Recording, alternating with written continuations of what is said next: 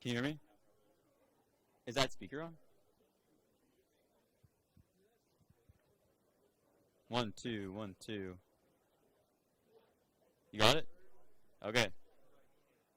Okay, if everybody here can hear me, we're about, what time is it?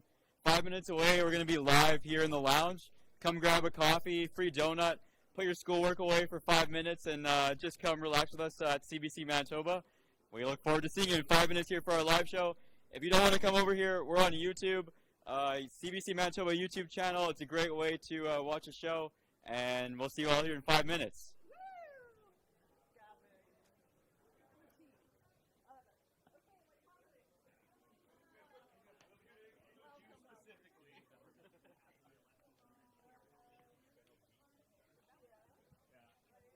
Should I give this to Nadia? Oh yeah, I'll just put it back on the table. Like left, center, right? I know. No, that would like totally confuse me because everyone got their copies and everything. Keys.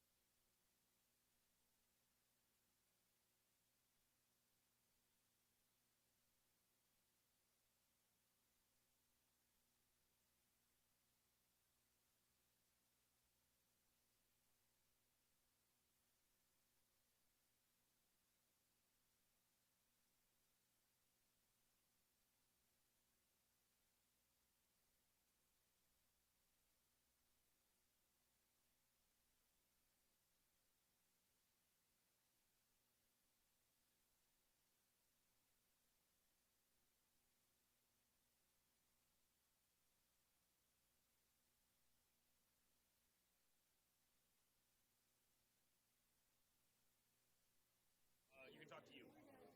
I can talk to me. Yes, I can. Perfect. Thank you.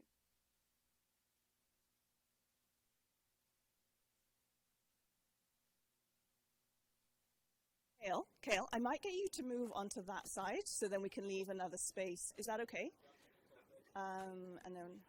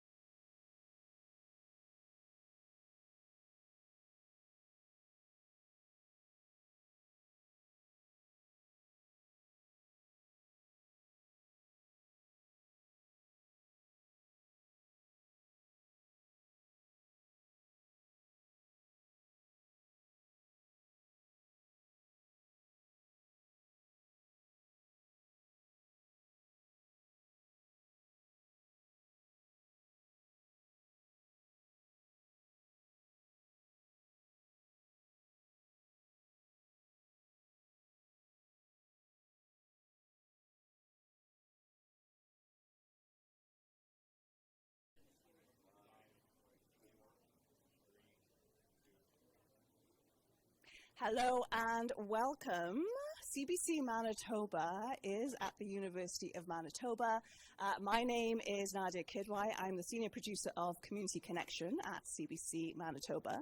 The reason why we are at the U of M in the Fort Garry campus is that we are here as part of our Communities in Focus project. And this project is really about going out to different parts of the province and getting to know communities so we can do a better job of reflecting what communities care about, specifically underrepresented communities in our province. We are at the U of M because we want to get to know Gen Z better. What do you care about? What stresses you out? What matters to you? And hear your perspectives. Today, we are talking about Gen Z's perspectives on politics. It's been a big week in politics, kind of nationally and internationally, and I'm joined now by a panel of students from the University of Manitoba, all of them who have different political leanings, and I'm really happy to see a full audience. We're hopefully going to have a robust discussion with audience members as well. So I'm going to introduce my panel to you. We have Kai Jassel here, 20 years old. Kai, you lean conservative. Tell me what it is about the Conservative Party or conservative values that resonates with you. I started following Canadian politics probably about 5 years ago when I went into high school. And that was a really busy summer because there was a provincial election and there was a federal election. And I love my province of Manitoba, and I always thought which party and which ideas were best to grow the province, to maintain a good quality of life, and to make it a province that everyone wants to stay in or move to. And I was gravitated towards the ideas of a growing economy, of safety, of affordability, and those have stuck with me through a pandemic and into university now. So you were drawn to the Conservatives at what age? I was probably about, I think, 15 at the time. And you're 20 now? I'm 20 now, yeah. And stay consistently with Yep. them. Okay, great. Thank you, Kai, for joining us on our panel. We're joined now by our centrist in the panel, Raed Mahmoud Abdullah, 21 years old. Raed, why a centrist? Why do you not fall on either side? Thank you. All these issues that both the left and the right claim to, care about, they affect everyone. So, all of these issues, immigration, cost of living, defense and security, they're all issues that affects everyone, no matter if you lean right or left. It's something that Canadians all care about. And this whole fight between the left and the right does not really help anyone. Okay. And this is something that we realized, just 2 years ago, when I was just watching this culture war happening in the United States, also kind of affecting Canada, and the hatred, the divide between liberals and the conservatives, just kind of something that I don't really agree with. So what do you like from each side? I really care about finding a solution for everything. Okay. I don't really think that claiming one single issue to be exclusively a conservative issue or liberal issue. So give me an example. Where do you fall economically? Claim that they care about immigration, stopping illegal immigration, and the liberals also people who progressive. They also care about giving opportunity to people who want to come to Canada illegally and find opportunity for themselves. And I don't really think that the conservative has the right solution, but I also think that the liberals need to understand the concerns that the conservatives have to find a solution that can help these people, find a path. Okay, great, thank you. And finally, we have Bianca. Bianca, 23 years old. You're also the chair of the Young New Democrats Manitoba, yes. So staunchly on the left. Yes. What is it about the left or the NDP that speaks to you, and why do you fall on that end of the spectrum? Yeah, when I was never really interested in politics, I grew up in rural Manitoba, very more right-leaning, I would say, in my area at least. And I really got involved during the pandemic when I really saw our hits to healthcare, and we only have the one hospital in our town, and it really, I really saw my community being affected, and that's what really got me into politics. And the only people that were really speaking out about healthcare and healthcare solutions were the NDP at the time, and I found myself leaning towards that more often. Where in rural Manitoba did you grow up? St. Anne, Manitoba. So you're surrounded by a very kind of conservative environment. and it was the pandemic that kind of made you think about healthcare and politics and led you towards the left side Yes, of the yeah, political it spectrum. was. I mean, we're seeing like polarization happen within politics, and in my head, I was just like, why aren't we just looking at the services that we need to be provided, and why is no one acting upon this? So, Okay. yeah.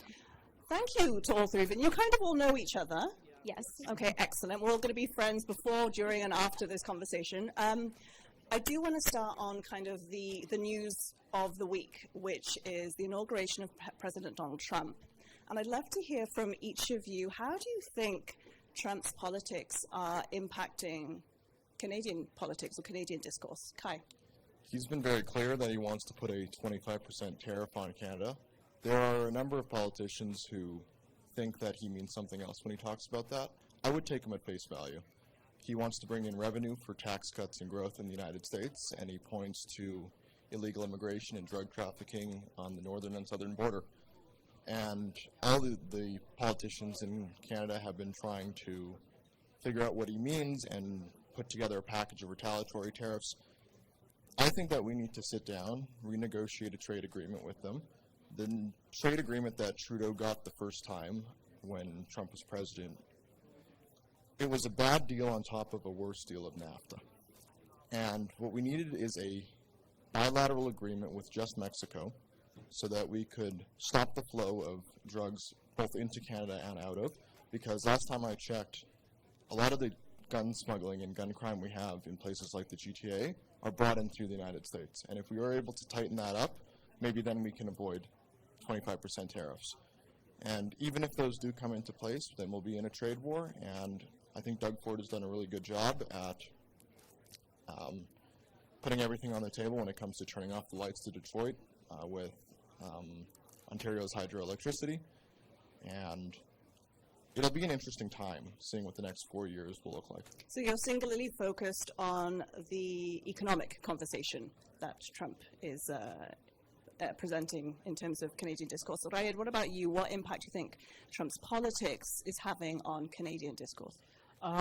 Canadian politics? I think that Trump has already been affecting Canadian politics for since 2017, and his rhetoric, the way I think that he push and his policies already have a place in Canada. How does that look like, and in what way? It's so there's some people who believe whatever he he claims, and his policies for excluding trans people. This whole rhetoric that there's only two genders. Denying the existence of trans people and the LGBT community.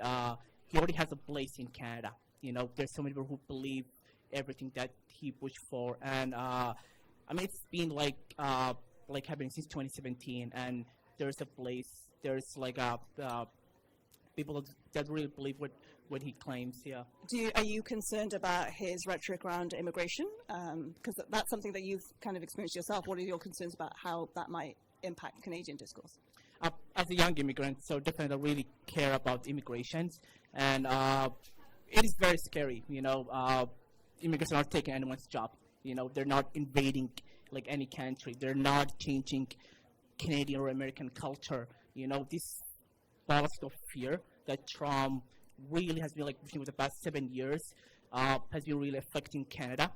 A lot of Canadians, unfortunately, believe that immigrants are taking what's belonged to them. Why do you think that? How do you know that?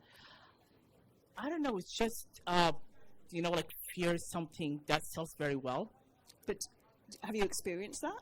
Not personally, but I have friends who have experienced it. I have not, me personally, I haven't met anyone who were, hostile towards, immigrants, in my face. But I have a lot of friends who, they hear this, they know it exists. And sometimes it's very clear, but sometimes just in social media, you see how people are now talking about immigrants. This fear. This I don't know, kind of hatred that Trump has been pushing for the past 7 years. Are you seeing that amongst Canadians? I see in campus.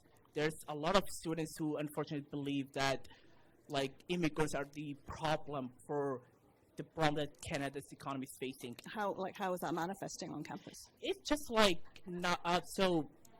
Unfortunately, a lot of young people cannot find jobs, and they think that because there's so many international students, there's so many like immigrants coming to Canada, they're taking the jobs from young people.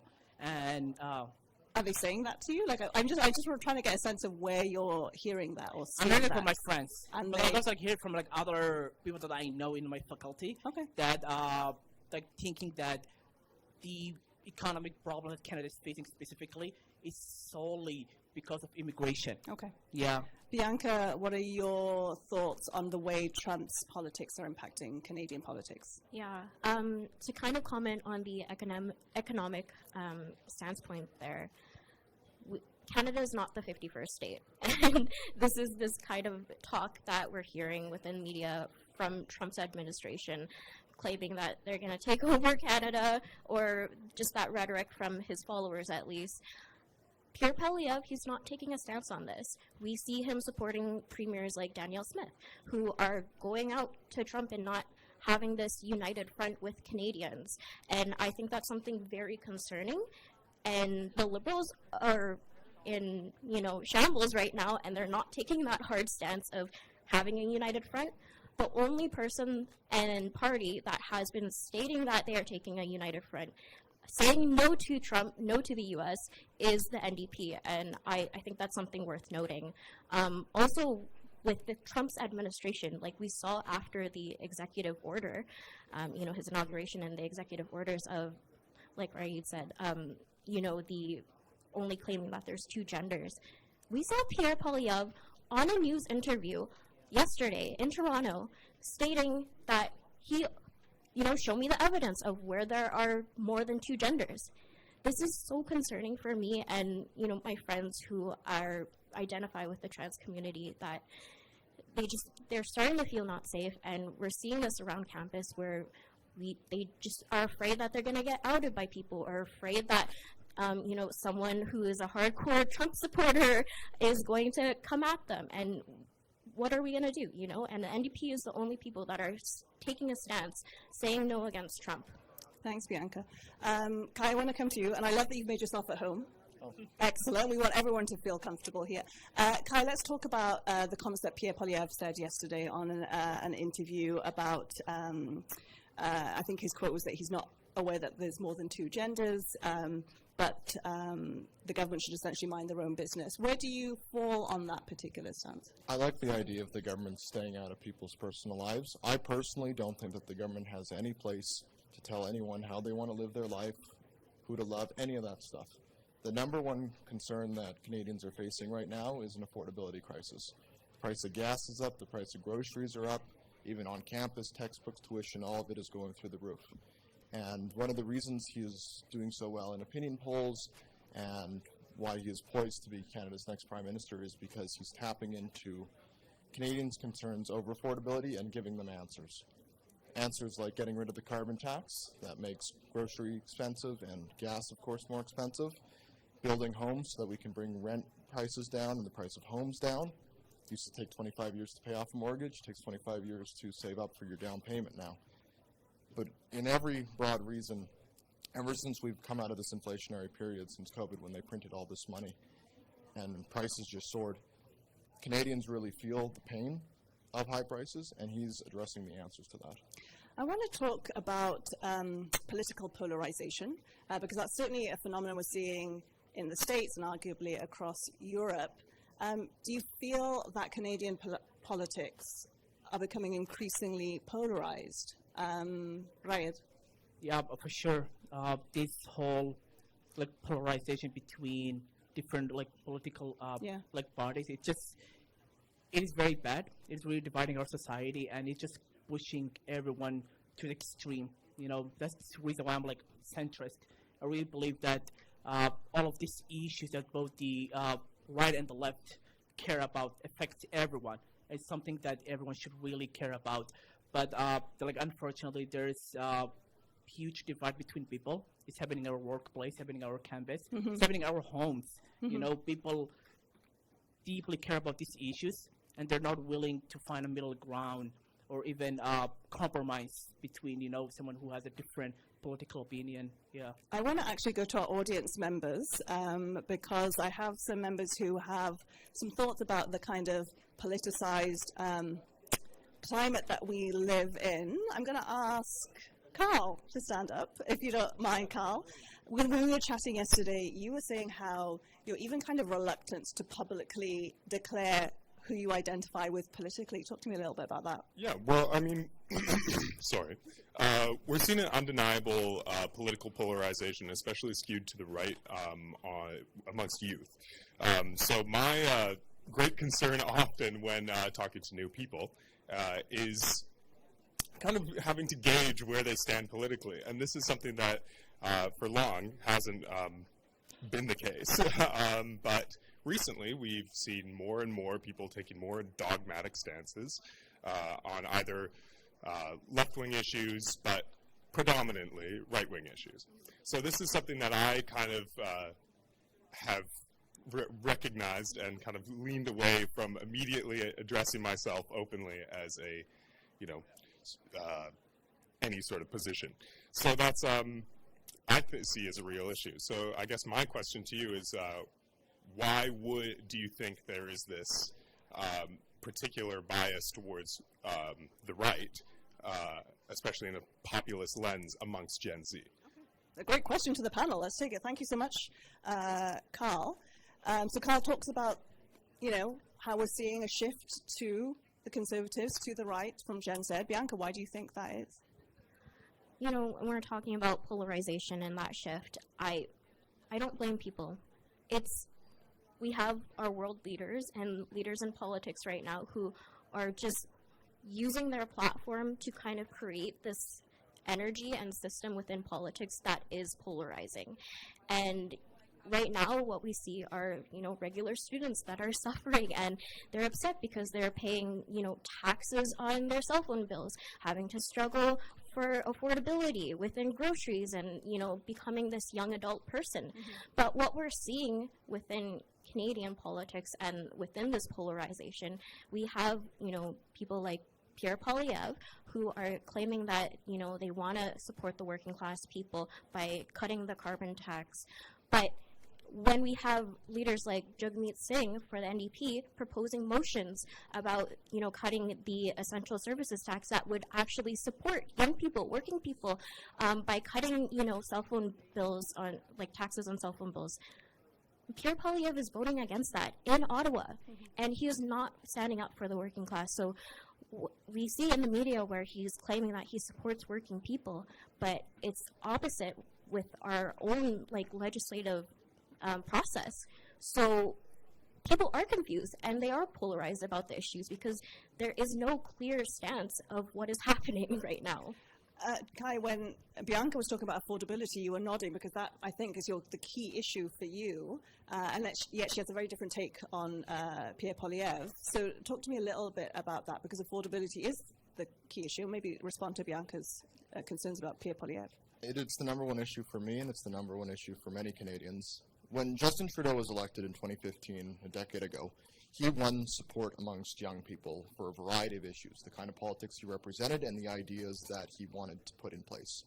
It's been 10 years from that moment, and there's nothing to show for it. Prices of everything have gone up. Prices of gas have gone up. Tuition, everything across the board.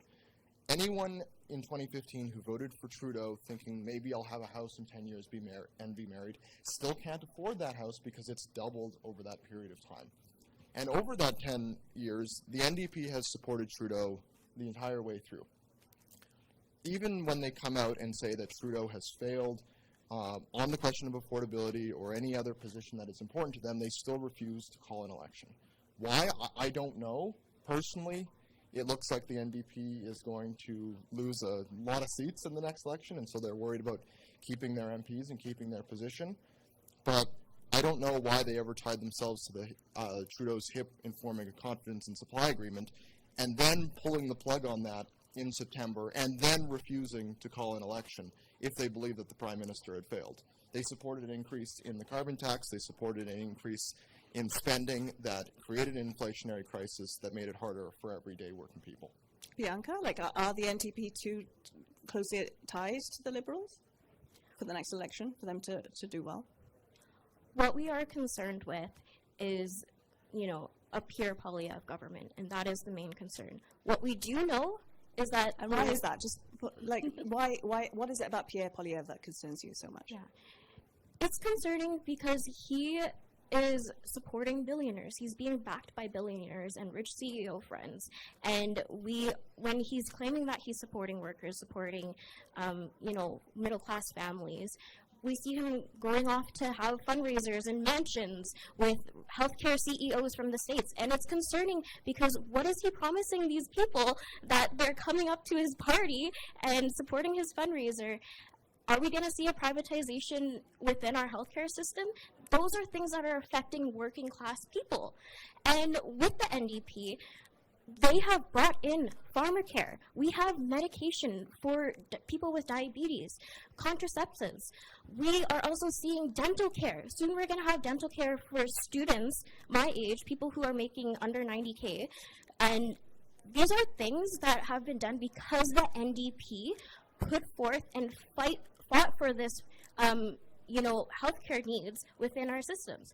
People who aren't getting dental care, they're going to end up in our ERs, and we're going to have backlogs, and these are things that I don't think Pierre Poilievre is very much concerned about.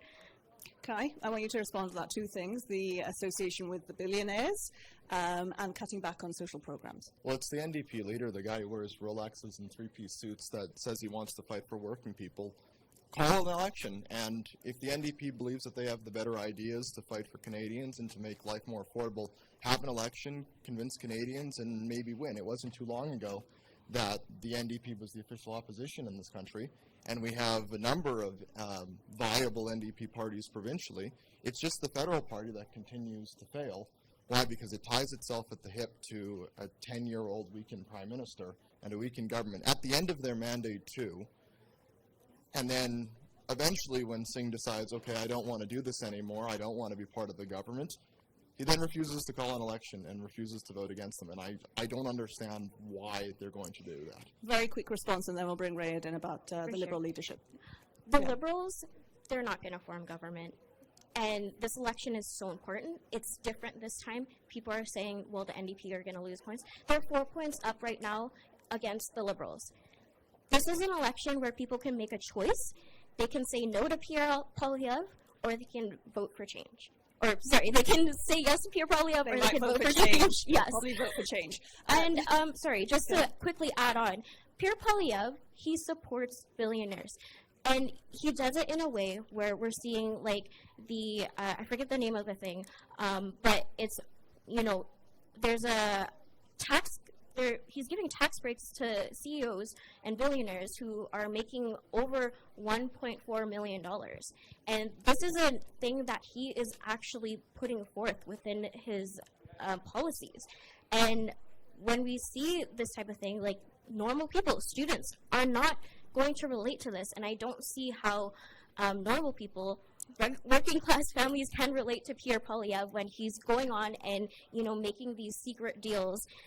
I don't care what watches he wears, but he's making these decisions that are, affecting working people. Okay, let's turn to the Liberal leadership race. Rayad, I want to bring you in as the centrist. Who would you want to see as the leader of the Liberal Party? I would like to see someone who actually cares about working class Canadians. Okay, give me a name. Who are you backing? President Mark Carney. Why? Yeah. I think... Oh, Kai's laughing. I think he has, scoffing. He has the policy that's very different than Justin Trudeau, including Christine Freeland. And, I truly want to see what he can do for Canadians. He has this vision, he has this plan that he want to... do for Canadians. And it's something that really... I want to see happen. Who do you think is the best leader to take on Donald Trump? I would still say Mark Carney. Yeah. Over Pierre Poilievre? Yeah. Why? I don't think Poilievre, he's very, secretly he loves Donald Trump.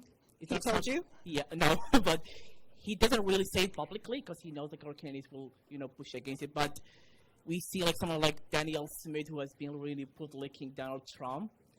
Traveling to his residence, and it's just I don't think that Boli Poilievre he's the right person to tackle Trump. Because he's too what? Too soft. On Trump. Too soft, Okay, yeah. Kai, thoughts? I think that's the first time I've ever heard someone say that Poilievre is soft. I still think that he is the best person to deal with Donald Trump. You fight fire with fire. He's been stern when it comes to putting tariffs on Chinese aluminum and steel so that we can protect our jobs here in Canada. He has been very strong when it comes to saying that we need to put Canada first, that Canada will never become the 51st state. He's poised to form a very big majority government, and if we were to have that election now, he would win it. You get a mandate from the Canadian people to govern for the next 4 years. You sit down at the negotiating table with Donald Trump and you say, I have, 200, 250 MPs behind me. I just want a smashing majority after defeating a weakened, tired, old Liberal government. Then you'll get concessions out of the U.S. government. But you need a mandate to do that.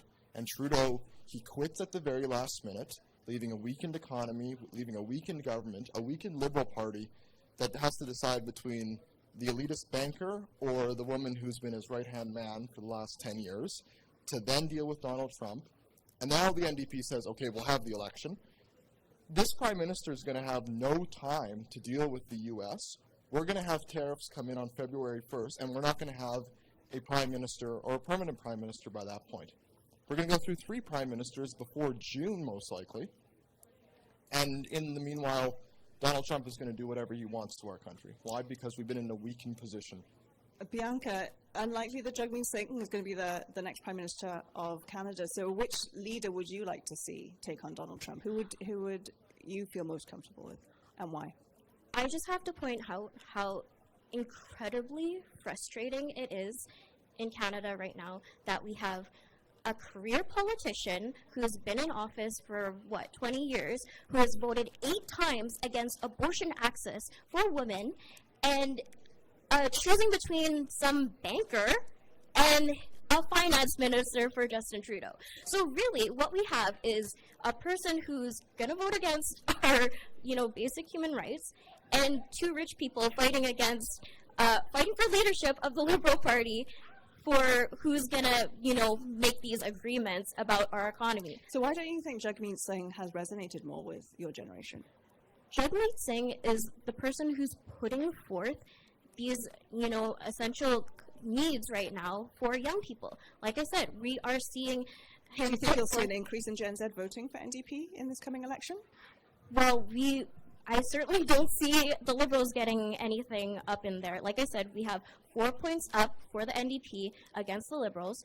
We are seeing an increased need from young people who are struggling every day to afford food, afford paying their bills, and when we have the NDP actually fighting for these things, I think people are going to resonate with that. Young people see Do you think this. so? Yes. Okay. Yeah. I just want to, does anyone from our audience want to comment? I've got... anyone? Okay, at the back there. I've spoken to... Do you want to stand up 1 second? Yeah, go ahead. If you mind just saying your name and your age, that would be great, and then go from there. Sure. Jared, 21. Comment just generally, or? Yeah. Oh, sorry. Yeah, I just had a question for Kai, the White Ring representative here. You had mentioned a bit earlier ago how you thought that the government should stay out of people's lives, especially as it comes to trans rights. But you had also mentioned that one thing that had kind of brought you into the Conservative Party was safety. And I assume that safety extends to all members of the community. Correct me if I'm wrong. So would you say that the government has a mandate, a duty to protect trans people and especially protect trans rights? That would be... Kai, do you want to take that on? Totally. I think that the government has a mandate and is in the best position to protect all Canadians. One of the reasons, yes, why I was enticed by the Conservative ideas when I first got into politics was that they wanted to make Manitoba a safer place and make sure that we could continue to be a province that people wanted to live in and move in and not move out from because we had a brain drain problem I remember there being. I also personally think that the government has no place to be in there. I support medical freedom 100%. Pierre Poilievre does as well, and so does the Conservative Party. Do you worry that when he makes a comment like that, he's not aware of more than 2 genders? Can you see why that might impact some members of the 2S LGBTQ community in Canada? Well, I mean, the top priority for all Canadians continues to be, and I keep saying it, affordability. Why? But do you 'Cause see that's the why thing some people that's- might be concerned with that kind of position? He was very clear when he ran for leader, and since he's been actually head of the Conservative Party, that he supports Canadians' rights to love whoever they want to love and have access to healthcare, and make sure that we're able to have a healthcare system that can meet the demands that it's facing. That's why we need to have a Blue Seal program for healthcare professionals across the country, so you don't have to be retrained and recertified, and making sure that we have a strong economy, that we're able to keep a healthcare system afloat and not have it cripple under the weight of inflation and under the weight of more pressure. Thank you for your question. Final question to the three of you, and I really appreciate you coming and being part of this conversation, and to the audience for coming. I want to talk about student engagement, or young people, Gen Z, being engaged in politics. I'm assuming you're not the norm, or maybe you are, but are you concerned about the lack of political engagement that your generation may have, whether that's in student politics here on campus, or broadly speaking, with the political system in Manitoba and Canada? What's your take on that? Is that a concern? Bianca? You know, people are suffering right now, and when I think about why young people are maybe hesitant to get into politics, I think about my personal perspective and my relationship to my friends who many are in the LGBTQIA plus community, and you know, they are scared. Yourself, right? And myself, yes. And they are scared that I'm scared that people are gonna come out and they're listening to Donald Trump, really radical people who are just spewing hate or allowing this hate to be spewed instead of taking a hard stance to protect normal people, working class people, people who are just trying to live their lives. And it's frustrating, and I think people are either terrified or are wanting to speak out about it. And I think it's so important that young people start using their voice and start speaking out about what they feel is important to them. Are you worried that a lot of people just aren't interested in politics? Is that true? I mean, that's a stereotype perhaps that we might have. I don't know what your experience is. I think they're not interested because they are suffering themselves. Like I said, we're in an affordability crisis. They don't have time to care about these things because they're working 2 jobs while they're in full-time school and cannot afford to pay rent. And instead of having someone who's going to say, like, we're going to stand up to Trump so we don't have these tariffs on, we have people like Pierre Poilievre who are backing Danielle Smith, who's going off to Trump by herself and making deals for Canadians or something like that. And we have to have a united front to protect Canadians and help the working class people, the students, the young people. Raed, thank you, Bianca. Raed, you know, universities are often thought of as hotbeds of political activity. I don't know if that's the case. Do you find that more and more people of your generation are less interested in politics? And are you concerned about that? Yeah, Gen Z is very aware of domestic and international issue. It's just sometimes in our campus, also like outside of campus, we don't make people feel welcome to share their opinions. In what way? It's just like, again, like the whole right wing, you know, like war thing. It's just The polarization? the polarization. Yeah, it's just many young people are very scared to share their opinion, and maybe because like they might lose their friends, you know, they might feel unwelcome, like Okay. you know, Yeah. just don't really feel like they belong. But I would argue that most Gen Z is very aware of so many things. You know, if there's one thing that social media has taught my generation, it's the world's not a perfect place. You know, never been a perfect place, and they're very engaged. They're very active, and it's just sometimes when you're very vocal about what you believe in, what you care about, some people might not like you. Yeah, it's a true thing. And guess what? It happens at every age and generation. Kai, your thoughts, like how comfortable are you? Well, clearly you're comfortable sharing your political perspectives. Are you noticing or are you concerned about a lack of interest amongst your generation in politics? Yeah, well, you had said earlier that it was a stereotype that young people aren't interested in politics. I think it is a stereotype. I think it's totally wrong. I think that more young people now, maybe more than ever, are interested in getting involved in political parties or in voting, most importantly, because they're starting to feel the effects of what government is doing to their lives, right? A government that makes it harder to buy a house, a government that makes it harder to afford to go to school, a government that makes it harder to find a job once you graduate. And people signed up to join Pierre Poilievre's leadership campaign, a lot of young people, to do that because they felt that control of their lives had been taken during the pandemic. And there's a lot of young people in the NDP, and there's a lot of young people in the Conservative Party. Why? Because they want to build a province and a country. And how important is it to have friends outside of your political circle? And is that the case for the three of you? Do you mainly surround yourself by people who vote like you or think like you? Or, Bianca? Yeah. One thing that I do have to say, I love both of these people. I have classes with them, and we're often mixed within the same friend groups because Manitoba is a very small place, so everyone knows everyone. And I think what I really appreciate about being a political science student is that you are engaged with a lot of different perspectives, and even within University of Manitoba with the different campus clubs, there's always an outlet for people to identify with what they identify with, and also a way to collaborate with everyone. So I really appreciate that about Manitoba and this discussion here. That's a great ending point. Bianca, Rayed, Kai, thank you so much for joining me on this panel. To our audience, thank you so much. We'll be doing another panel just like this next Thursday at 12. I'm looking for suggestions for topics.